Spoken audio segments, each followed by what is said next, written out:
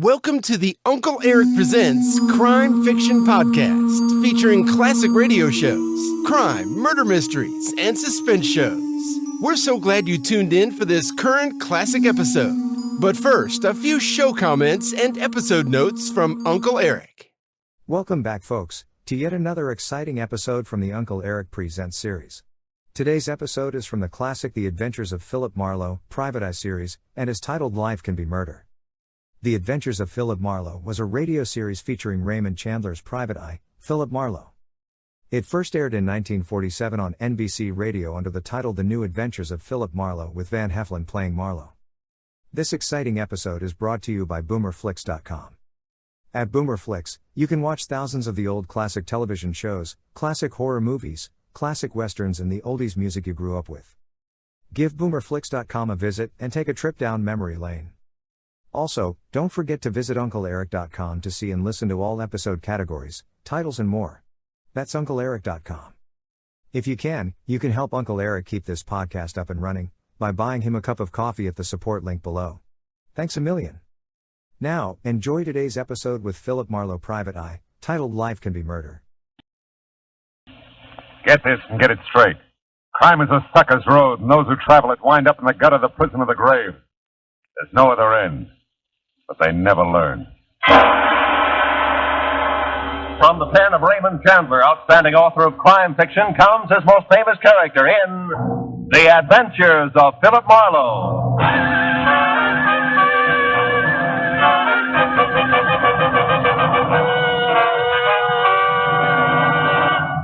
Now, with Gerald Moore starred as Philip Marlowe, we bring you tonight's exciting story, Life Can Be Murder. The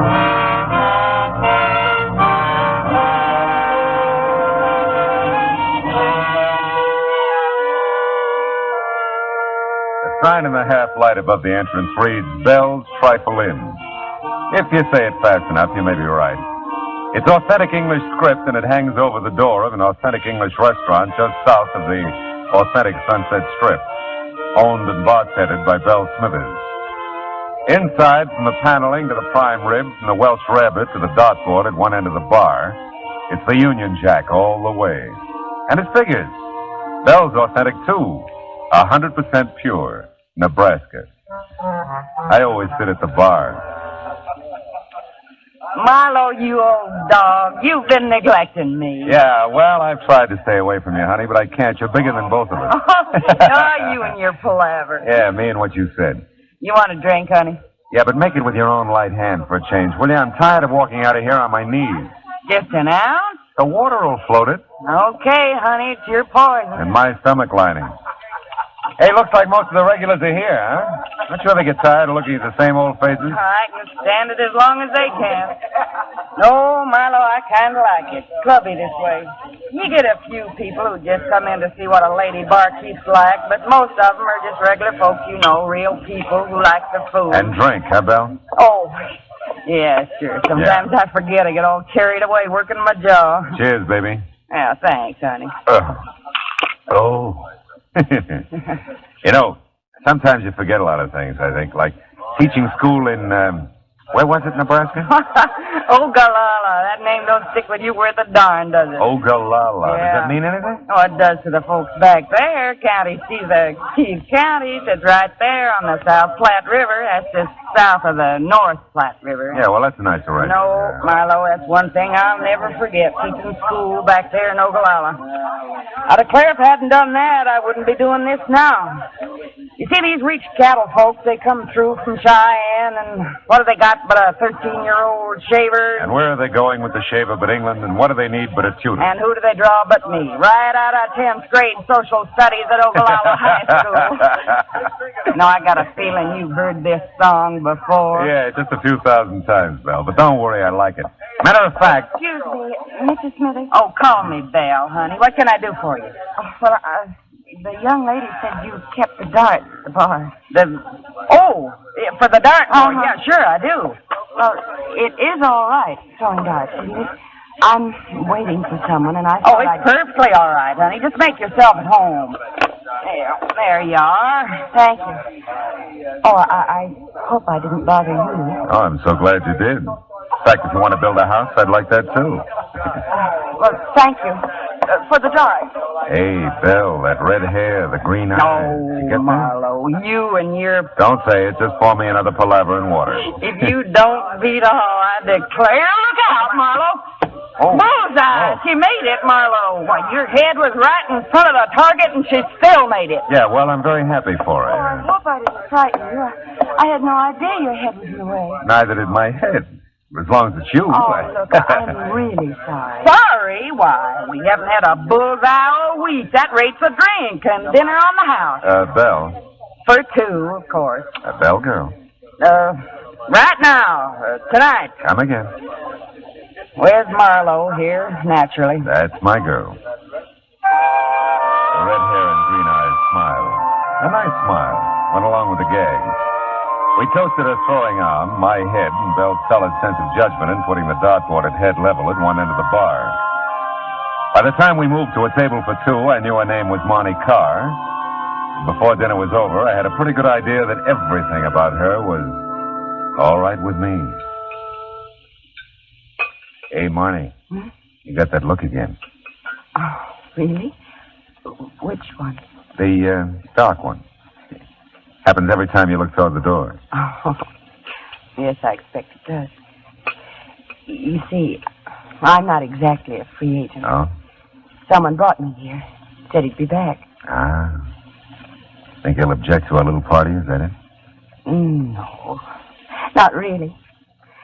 I guess I hope he doesn't come back. I hope so, too. Tell me, can I play 20 questions? I'd rather you didn't. Okay. You know, I really feel pretty silly. It's so easy being with you. Oh. Like I've known you a long time, and I practically picked you up. You know, I've never done a thing like that in my life. Yeah, well, Belle picked us both up. I wouldn't worry about it. I don't think you even heard me. It's very important to me that you know I've never picked anyone up. Sure. I believe you. You know what I mean, then? Mm-hmm. It's like I'm doing something wrong and I should feel guilty about it. But I don't. Oh, dear. I'm not making any sense at all, am I? Look, why don't you just forget about it, huh? You said you felt easy with me. That's enough, isn't it? Yes, that's enough. Well, I guess... I really think I should go now. Oh, Belle will never forgive you for not finishing the trifle. House specialty, you know. Well, maybe I'll come back sometime. I'll eat a double order. Ah. Will you, let me take you home? Oh, I don't know. It'll be all right, Marnie. Very all right. Well... Can I take you home? Yes. Yes, you can. Good girl. We'll stop by the bar and slip Belle the grip, and then we'll be on our way, huh? Yes, I do want to thank you. Who do they draw but me, right out of 10th grade social studies at Ogallala High School? Yeah, you told me, Belle. Great story. You ought to change it a little, Belle, just for listener interest. Hiya, Matthews. Oh, hello, Phil. What brings you up? Miss Carr, Lieutenant Matthews. How do you do? Car. Great dinner, Belle. Dinner bell. Oh, I lost my head. Honestly, Marlowe, I declare you say the darndest thing. Yeah, I'm a regular yeah. It was a very nice dinner, Belle. Thank you. My pleasure, honey. You come again. She will. Night off, Matthews? Yeah, so far. Hey, you two have a drink with I me? think the young lady's anxious to go home. Oh, I'm afraid I'm taking Phil out of his way, Lieutenant, but Bedford Drive isn't too far. Maybe he could Now, go wait a back. minute. I'll make my own arrangements. I know some lovely folks on Bedford. The Dickinson, 600 block. Do you know them? No, I don't. I'm north of there at 2470. Oh. Yeah, well, we'll see you, huh? Night, Belle, Matthews. Good night. It's nice to meet you both. Yeah, good night.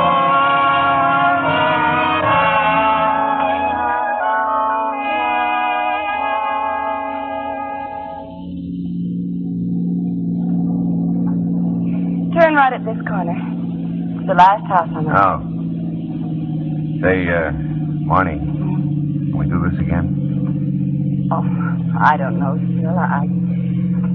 Are you usually at Bell's in case I get the urge to throw darts again? Yeah, well, I also have a home, and I'll get a dartboard.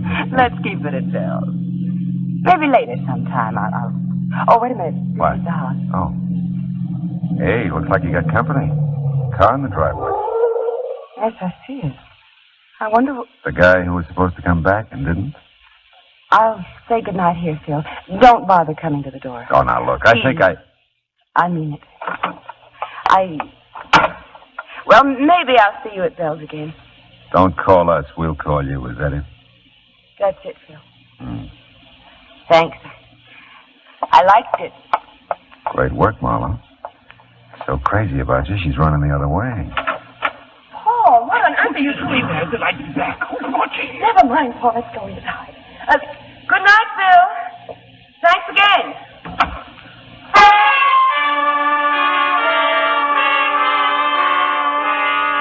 It wasn't ideal the way the evening ended. Not the way I'd planned it, but then how could you plan an evening like that? Girl meets darts, girl throws dart, girl meets boy. Didn't make much sense, but it didn't have to. It was a nice evening. Short, but nice. Monty Carr was a nice girl. And I decided to leave it at that. Nice girl. It was straight up 11 o'clock when I got home. I thought about the red hair and the green eyes for several pleasant minutes, and then I went to bed, to sleep. Perchance to dream. Oh, well.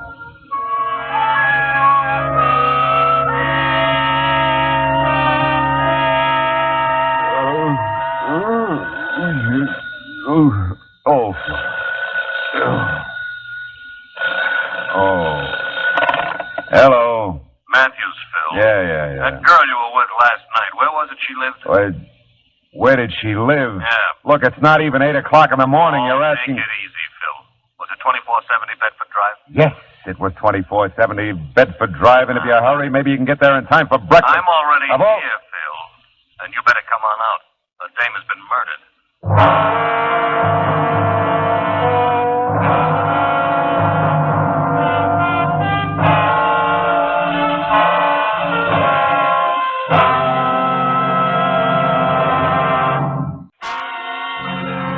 And now with our star, Gerald Moore, the second act of Philip Marlowe, and tonight's story, Life Can Be Murder.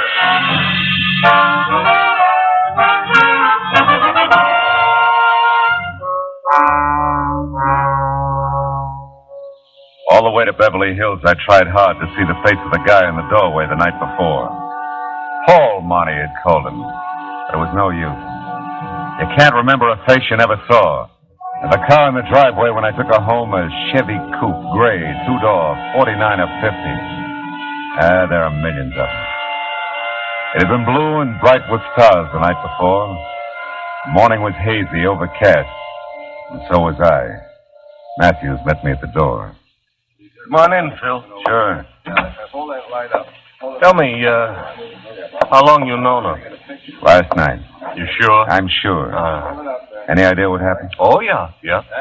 Someone was looting the place. The back door was jimmied and some stuff missing. This dame must have interrupted it and got herself killed. Where is she? What, the corpse? Yes, the corpse. In here.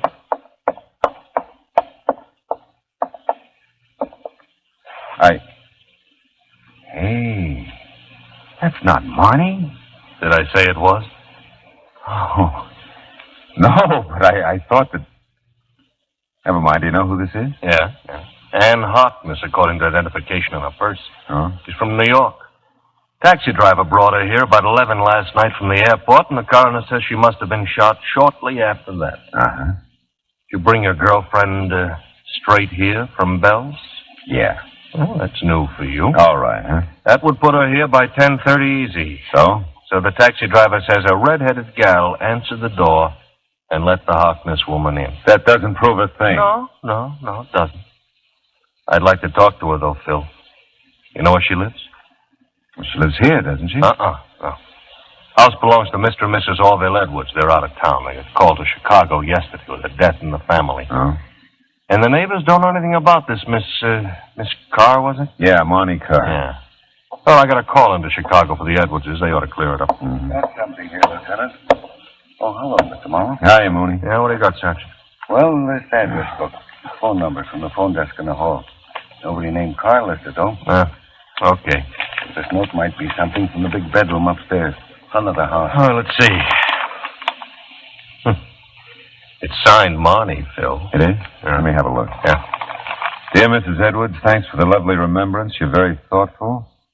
I'll tell Miss Harkness to make herself at home. Yeah, whatever that means. I'll keep looking around, Lieutenant. Do that, Mooney, huh?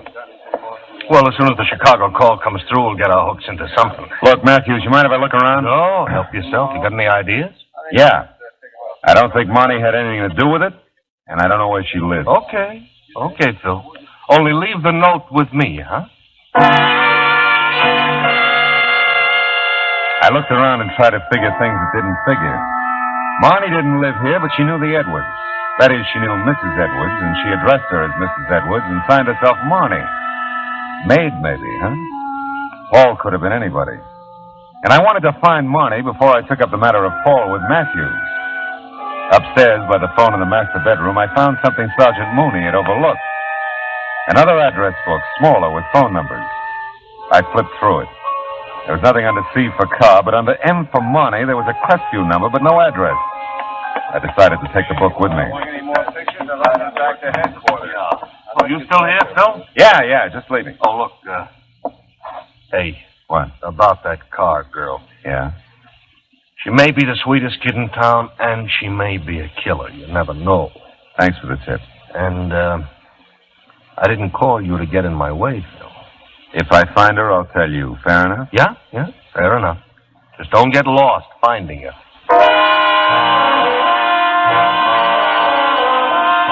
It was kind of a break.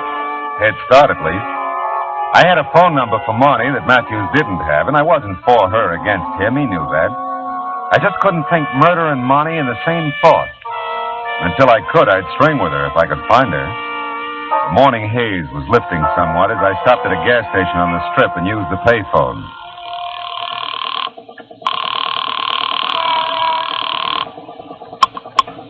Mr. Felix's, good morning. What'd you say this was? This is Mr. Felix's beauty salon. Oh, is Marnie there, please? I'm sorry. Miss Marnie's not in today. Can someone else help you? Oh, no, Look, would you be kind enough to give me a home phone? I'm sorry, sir. We're not allowed to give out phone numbers. Oh, but I'm an old... It doesn't matter who you are. I can't give you her number. Okay, thanks.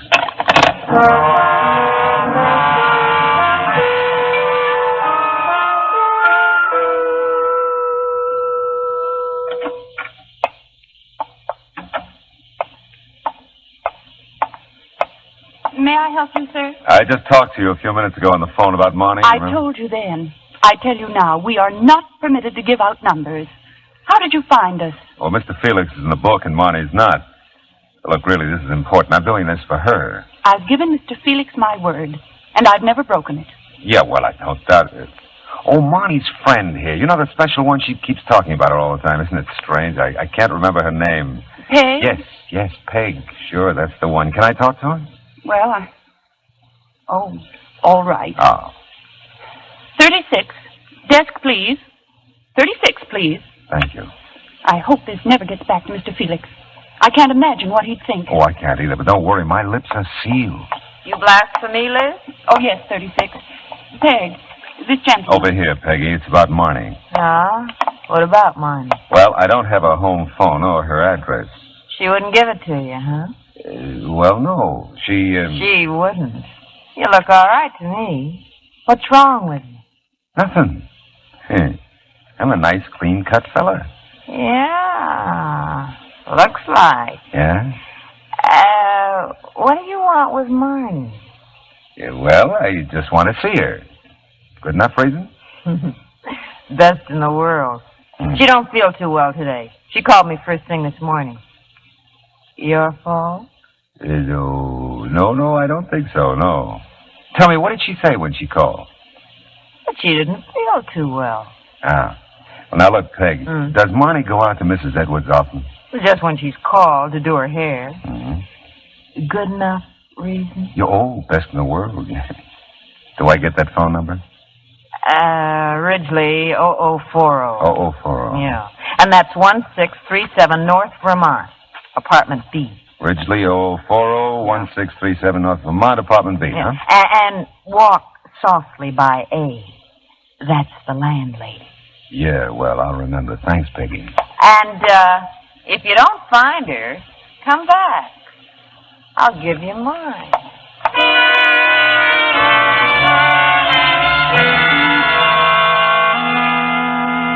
Peg was something of a prophet, among other things.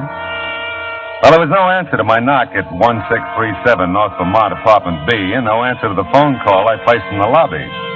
So I quit walking softly by Apartment A, knocked there, and the doorway was suddenly filled with a solid block of granite. Yes, I'm a landlady, but if she don't answer the door, it makes sense to me. She ain't in. Well, have you seen her this morning? Ain't seen her since she went to work yesterday morning. Ain't seen him either. Her husband? Husband? Young man. Even if I knew, I wouldn't tell you.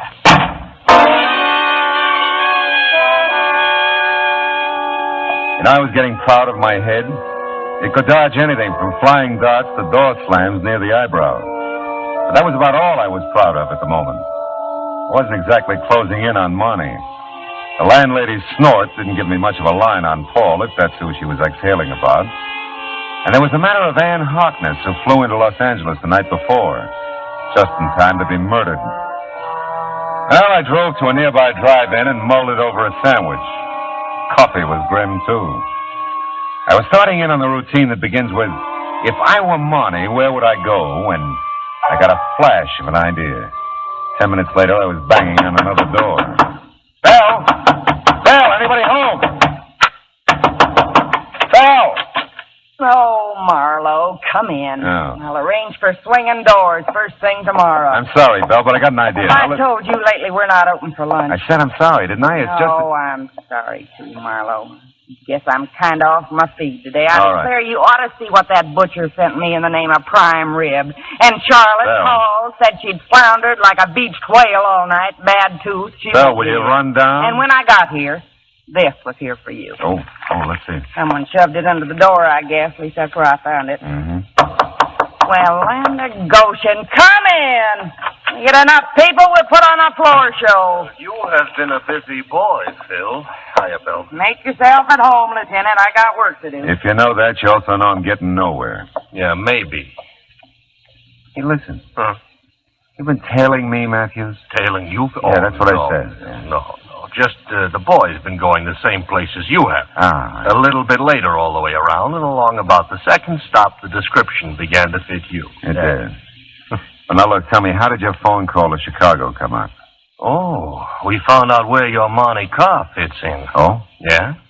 That Harkness dame was a friend from New York who came to call on the Edwardses. Uh-huh. And they tried to intercept her when they got the call about that family death in Chicago. Mm-hmm. Only they couldn't reach her.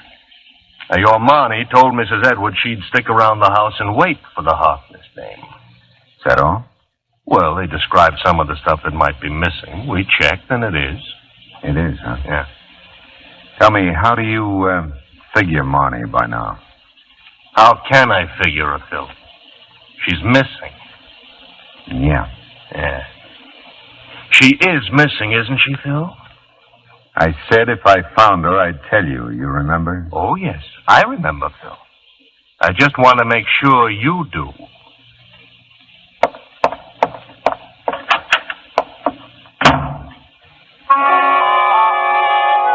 I had a reason for not telling Matthews about the note Bell gave me.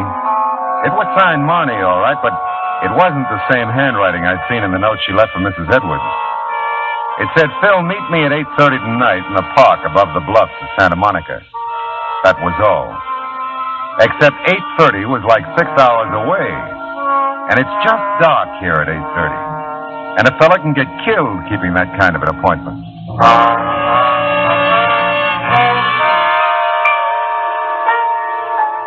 Did you ever wait 6 hours for something to happen? Oh, it's no fun. Neither is the thought that maybe something final has happened to a pretty nice person.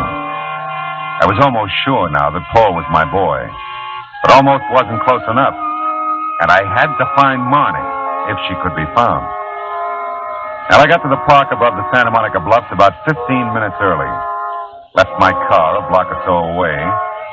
And all the way to the park, I watched for a gray Chevy Coupe, 49 or 50. When you look for them, they're hard to see. And then I saw it. Parking half a block down, a guy got out and headed into the park. I let him go, got to his car about the time he reached the bluffs. I don't know what I thought I'd find, but not in my wildest dreams did I expect what I found.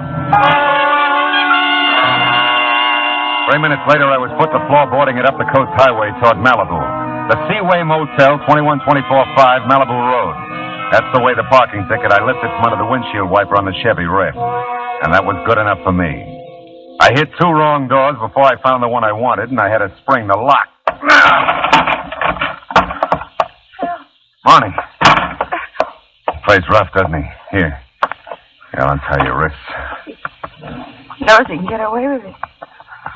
Phil, I've been such an idiot. You love him a lot, huh? Who doesn't love their own kid brother? Paul is your kid brother? Yeah, all mine. Write it down somewhere, Phil. Big sisters don't make good mothers. Take it easy, honey. You're okay now. Sure, I'm fine. First I catch Paul stealing from the Edwards. Then I stand there like a zombie and watch him shoot down a woman he's never seen before. Take it easy, honey. Oh, Phil, I'm sorry. I didn't want to drag you into this. He asked me who you were when you brought me to the Edwards last night. I'd never heard of you, but Paul had. And... Wait a minute. That's probably him now. Be careful, Phil. He's crazy. I'll be ready for him. Right behind the door. Your bright boyfriend stood me up. We got to get out of here. Paul, Hey, what is this? You better...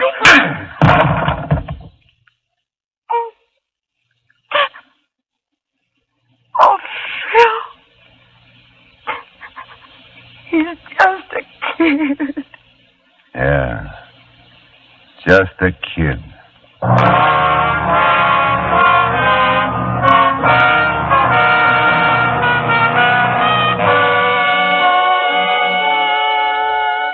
I called Matthews and wound it up.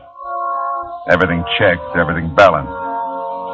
Paul cried like the baby he was and blabbed his head off when he came to.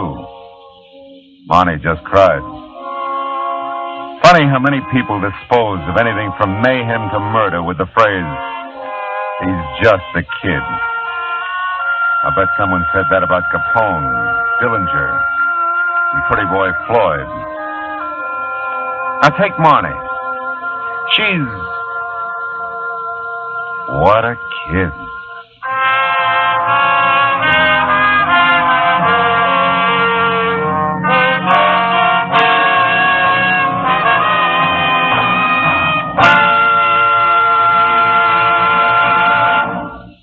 The Adventures of Philip Marlowe, bringing you Raymond Chandler's most famous character, star Gerald Moore, are produced and directed by Norman MacDonald and written for radio by Kathleen Height. Featured in the cast were Virginia Gregg and Joan Banks, with Paul Dubov, Jim Nusser, June Whitley, Shirley Mitchell, and Marjorie Bennett. Detective Lieutenant Matthews was played by Larry Dobkin. Gerald Moore may soon be seen in the Santana production, Sirocco. The special music is composed by Pierre Garrigank and conducted by Wilbur Hatch. I hope you enjoyed this latest Uncle Erich Presents episode. Stay tuned for the next exciting episode. Please check back often and make sure to subscribe to my podcast so you won't miss the new exciting episodes. In the meantime, scroll up or down to find other exciting episodes to listen to. Don't forget to visit UncleErich.com to see and listen to all the program categories and episodes. There are also hundreds of the old classic crime and detective television show episodes you can watch as well. They're a hoot to watch. That's UncleErich.com. If you like this episode, please consider buying Uncle Erich a cup of coffee at the support link below. Thanks a million. Thanks for stopping by. Bye-bye for now.